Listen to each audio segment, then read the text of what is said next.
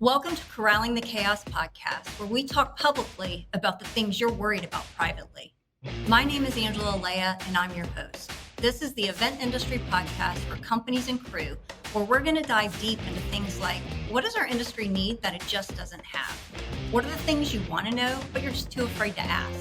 And what are the biggest opportunities ahead for our industry? We're going to go deep, and nothing is off limits.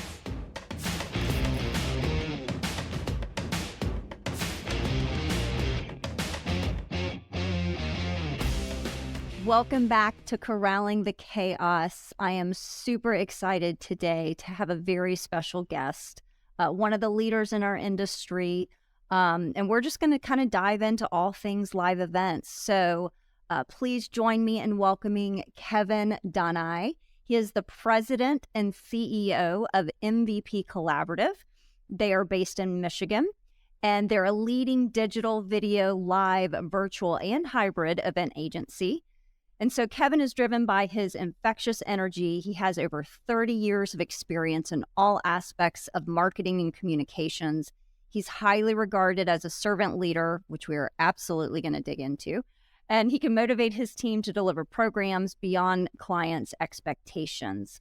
Clients and colleagues value Kevin's unique blend of strategic brand insight, creative capacity, and disciplined attention to detail. So welcome, Kevin. I'm so grateful that you are here with us today. Well, thanks for the nice introduction. Yeah, so I want to talk about this concept of servant leadership. It's something I think a lot of companies throw around, but it's sometimes hard to exemplify, right? Because it means, it takes sacrifice and it means something different to everybody. So what does a servant leader mean to you, and how has that impacted your business at MVP? Well, you're right. The word servant leader is used a lot, and I don't know if there's a great example of what that definition could be. But for me, it's about putting others in front of myself, right? It's about the connection, the culture we create. I started in this industry as a video producer, right? So I started as a video producer, worked my way up. I came to MVP. As a video producer, had no intention ever about becoming the president and CEO of the company. Over time, the one thing I did was just learn to connect with people, right? And always be willing to roll up my sleeves, jump in there, serve others, put others in front of myself. And I saw my career path just kept escalating, moving different positions. And for me, it was always this idea of always go where you're most needed, right? I have this philosophy, and I believe that in life, I believe that at work, sometimes it might be, hey, we need you on this job for a week or a month, or sometimes it's, we need you to career change, go here for a year. But if you go there and you give it your best effort and you serve the people that you're with, great things will happen. And that's what I did. And my career escalated and moved up to one day was the president and CEO of the company. And I've never lost that connection, right? I hear people talk about, hey, I'm the guy that walks in the back room where they're loading up a truck, and I'm willing to say, hey, do you guys need a hand? And it's not just, do you need a hand? I'll actually, help them do something, right? So it's just showing that everybody on our team we're equals. I mean, we're all in this together. Nobody's higher than somebody else, in my opinion. Everybody just has a different role. Could not agree more. When I think of some of the strongest servant leaders I've had the pleasure to work with and work for, I think that they have empathy. They have the ability to take themselves out of their shoes and put themselves in somebody else's and really feel where they are. Like in that example, like, hey, the truck needs to be loaded or unloaded and there's a big job ahead of them. How meaningful, right? It's such a small gesture to step in and do it, but it means so much to them knowing kind of what they have ahead of them. And so that's one thing. And the second thing I think of is the ability to just go meet people where they are, and being sensitive to the needs of those around you. So you definitely have a reputation for that. And so I think our industry does a good job with that. We're always looking for more, but I think, anytime we can be sensitive to the needs of others around us, and it's not just our client, right? It's our colleagues. It's the people that work under us, above us. It's really everybody, right? Title really doesn't matter at that point. So I think that's great. If you could change, Kevin, one thing about the live events industry, what would it be? I think it would be about certainly post-pandemic, it would be about clients better understanding the rising costs of events, right? We're seeing just the sticker shock that people are doing a live event in 2022 and 2023 compared to 2019. And there's just so many different reasons and variables of why.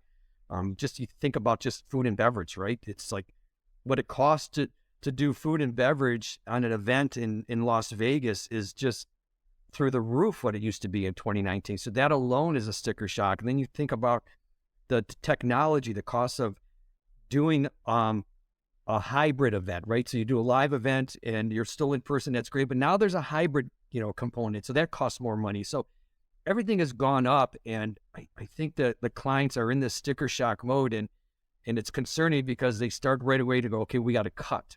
And you got to feed people, right? So you can't cut that. So all of a sudden what happens in our industry, we start to see things like, do you really need a backup projector? Do you really need these backup things? And do we really need that many people on site? And you start to sacrifice what could be quality. So it's just trying to get our industry and our clients to understand a little bit better about, the cost has gone through the roof, and it's hard to, there's ways to manage it, of course, but we're seeing a lot of sticker shock right now. How does our industry play a part in educating the end client? Like, how do we help them understand? Yeah, I think it's just walking them through the whole process, right? Like letting them understand from the start of the project to the end of the project what those costs could be, right? It's just about education. And I think more and more we're seeing detailed breakdown of budgets, right? So where are these costs coming from? Where before, maybe it was easy to say, here's, pre-production, on-site and costs, and you had these buckets of costs. Now we're seeing clients say, hey, can you help us break this down? And we're doing it intentionally, going to say, well, here's where we're seeing it. And also educating them a little bit of where there could be some cost savings, right? How could you leverage some of this and different ideas and techniques? So I think it's all around education. Yeah. So being transparent with the pricing, and then being consultative and making recommendations on, hey, if this is your budget, I wouldn't recommend cutting this corner, but this is really kind of the only corner you have to cut. And here's the impact of what that cut is going to look like. So yeah, I mean, I continue to hear that a lot, and hopefully it's getting better, right? As the end client is becoming more aware, and, they don't have the misconception that they used to think, oh, well, hybrid must be less expensive since we'll have fewer attendees. That's not how it always works. You're basically doing two productions, right? And so I remember, when that first happened, there was some education there. So sounds like we're still not quite there yet, especially with the rising cost of everything, even shipping gear across country all that it takes with labor and food and beverage and all of those other things. The other thing we're seeing, which is a little bit scary, is that we're seeing some clients want to internalize things, right? So they're looking at and say, well, what if we did this? I have an admin or somebody on staff that could help us do some things. Like it might just be like, we're going to do location scouting. We're going to help. They're going to find the place, or they're going to maybe even design their own PowerPoint graphics, right? And we're seeing that being a scary thing, because they're certainly not qualified, and it's an easy way to cut costs, but in the long run, it really isn't. So Kevin, what's an event production hill you would die on? It's a great question. I think it's around collaboration, right? For us, MVP collaborate, it's in our name for a reason. It's about how we collaborate on a project, and it's not just with our clients, it's with our partners, our vendors. The more people we can collaborate with, we've seen the results of it, right? There's no doubt when we're at our very, very best, when that project is done, everyone's high-fiving each other, they're all excited. It's because there was great collaboration from the beginning. It's the best way to make our clients look great. That's part of our mission, right? How do we make our clients look great, and how they can enjoy the journey getting there, right? When you collaborate, well, it's in your name, so yeah, so that makes complete sense. But how do you get the clients to be intentional about doing that, right? And them opening up and them collaborating with your team, right? Because it's got to be two-way, right? So you guys can show up and have all the creative ideas and ask for input, but they have to be a participant in that. So how do you get your customers to collaborate with you? I think it starts right from the beginning, right? We're we think about MVP. We're not a production company. We're not just an ad agency. We're this under one roof kind of organization that we're doing for 40 years. So I think we kind of have figured out the secret sauce, the magic sauce. For us, it's about really diving deep into our clients' business objectives. Like we really want to know, how can we create meaningful business impact to your project? One of the techniques we do with a lot of clients is this thing called phase zero, right? So it's like, before we even start, our goal is to have this phase zero, highly structured meeting where all the key stakeholders get together in one room. It works way better when we're physically in a room together. And we go through, what are the objectives? What does success look like at the end of the day? And if you can get alignment on that, right? So if you get everyone aligned on that early on in the process, my goodness, there's no, you just see the collaboration start to kick in, right? So everybody knows, like, these are the objectives. And so you could convey those to your key partners, right? So when you're hiring somebody, it's like, hey, by the way, this is what we want to do. This is the reason why we want to have a quick lunch, because of this reason.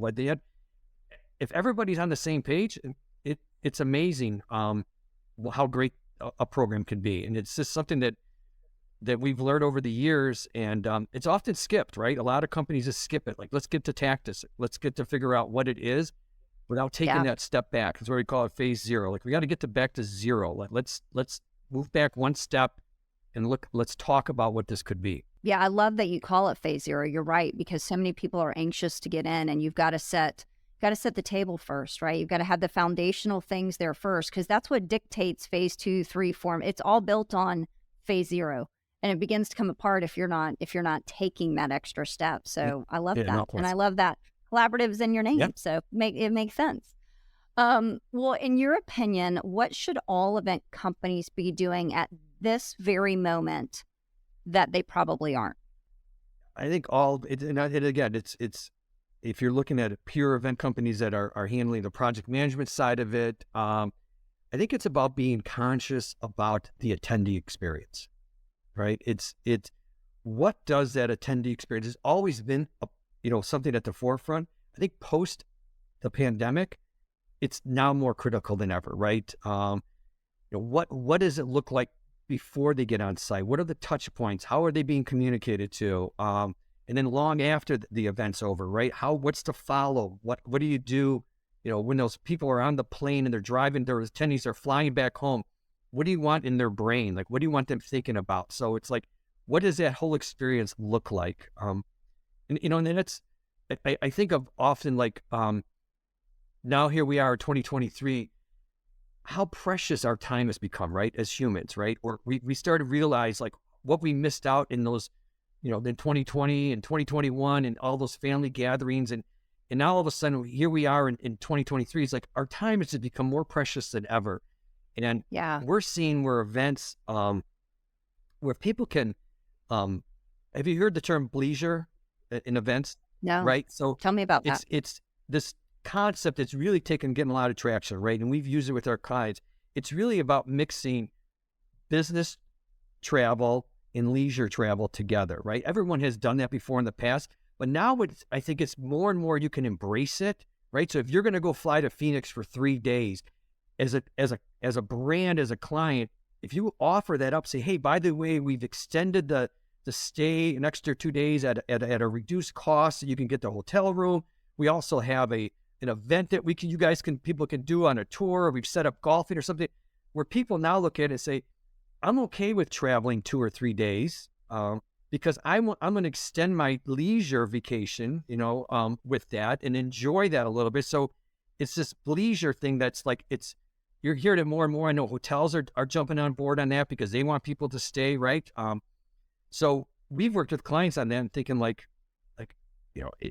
this is a great tool. Like, don't use it as people think, oh, it's a boondoggle. They consider it a boondoggle. I'm going to go fly out for 2 days and go golfing. Well, no, it's not. It's being conscious about the attendee experience, going, these people have to make a decision. Am I going to show up? Do I want to attend this event or not? Make it more attractive to them. Yeah. And it's about the efficiency even for the traveler and the attendee, right? Like, man, if I can check the box, I'm going to learn something professionally and attend something. I get to visit a new city and I get to have fun while I'm there and doing something, from a leisure perspective. That's very different than I'm just going to go attend. I'm going to invest, 2 to 3 days of my life to attend a business event. It's very different. Feels very different. Yeah, I love that. It's exciting. It's cool. I work Leisure. Yeah. Everyone remember You'll that. remember it. You'll hear it. And it's Kevin's the one that told me that. That's right. That's right. Well, any thoughts on what you think event companies should stop doing right now? They should stop using venue space as an out of not being allowed to create an event, right? Because it's really hard to get venue space right now, right? Everywhere you go, places are booked up. Everyone wants to get these events. All events they did do during the pandemic, they're catching up, and so we're seeing like when we can't find locations or somebody can't find a location. We're getting out of the ballroom is really, really cool. Like, how do you make it something that we've always done? Like, literally thinking outside the box. Right? It's like you don't have to be in a ballroom to do your event, right? To get people together. There are cool locations that people actually desire and want to be part of, right? We've been doing it for years. I'm seeing this as a now almost an excuse of like, well, we can't do an event, especially for clients, because we can't find a great location. It's like, well, you don't really necessarily need it. There's ways around it. There are cool venues that you could be doing stuff in. I mean, from anywhere from an arena, right? I mean, it's really neat. We've done events, on the field at the Rose Bowl, right? We've done events where we're in part of using a locker room at a stadium. It's really, really cool because it also creates a great attendee experience. Like, I want to go to that event because I'm going to be on the field at the Rose Bowl. That's pretty cool. I love that. Yeah. Yet again, checking more boxes for the attendees, right? Not only do they go to the event, they get to see behind the scenes in the locker room, right? Tour, the experience of it. Yeah, it's really cool. Yeah, I love that.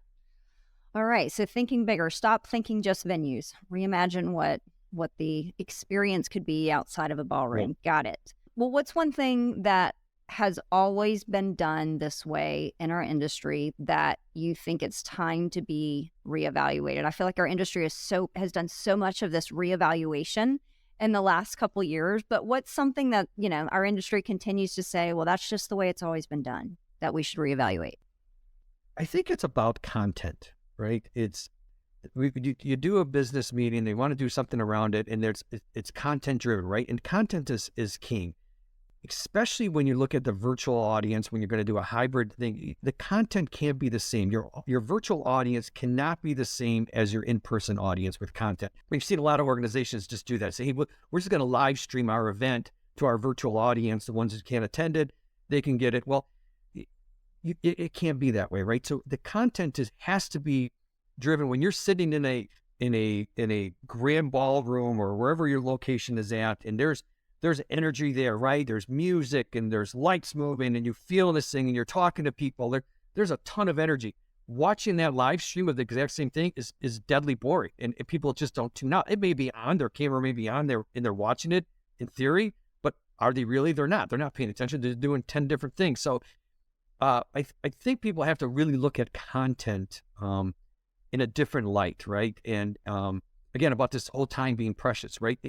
Do you really need 200 PowerPoint slides to get your message through, right? Can you change the content? Can you do more storytelling? Can you do more role playing, whatever that is, to get people more engaged, to understand the content versus let's look at slide chart number 17 in this bar graph, right?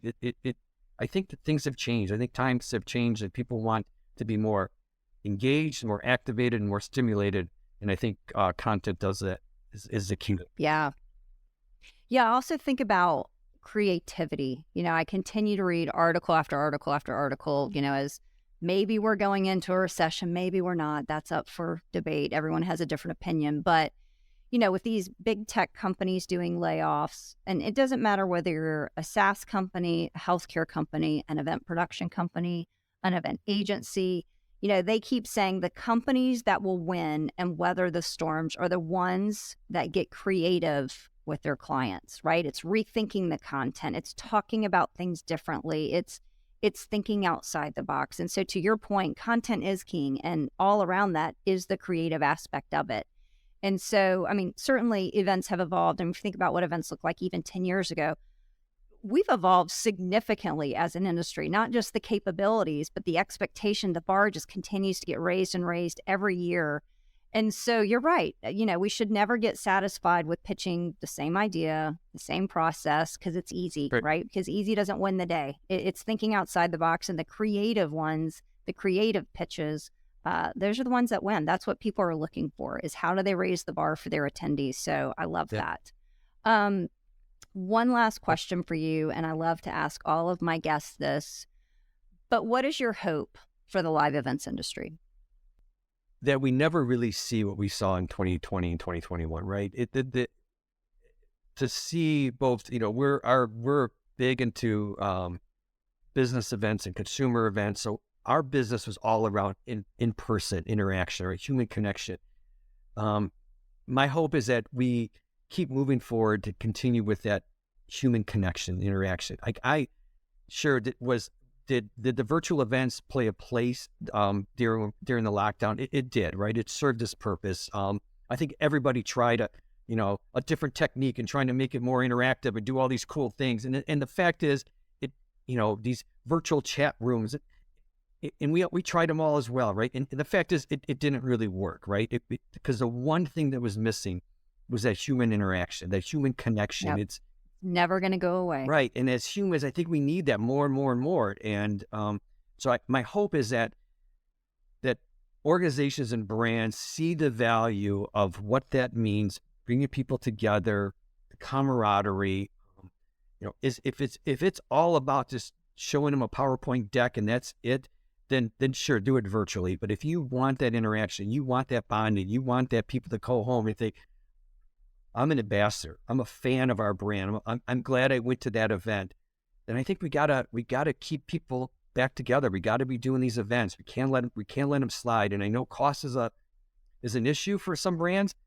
We just have to figure it out. Take those marketing dollars from someplace else and shift them over to that, because having engaged employees and an engaged audience is priceless.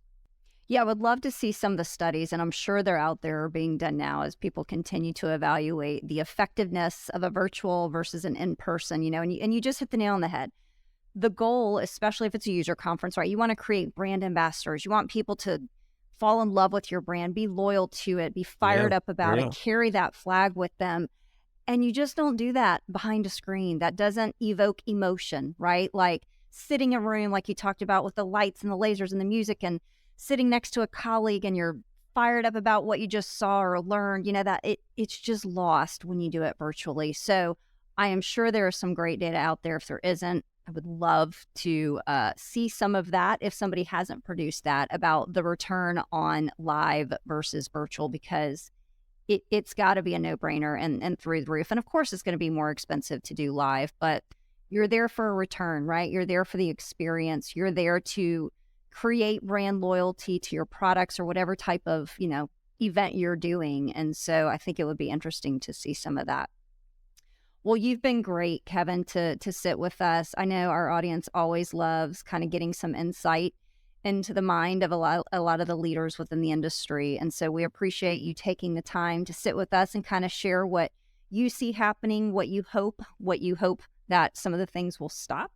And just kind of what you hope for the industry. So thank you so much for sharing your insights with us. We appreciate it. Well, thank you for having me, Anna. This has been great. I love this conversation. It's fun. And as you can see, I'm very passionate about the business we're in, right? It's great. Yeah. And, I think, we're very blessed to be in this industry. Absolutely. Absolutely. Well, thanks again. And if you all like what you hear, be sure to subscribe to Corralling the Chaos podcast. And if you have any questions, comments, feedbacks, or ideas for upcoming shows, reach out to us at podcast@lasso.io. Thanks, everybody.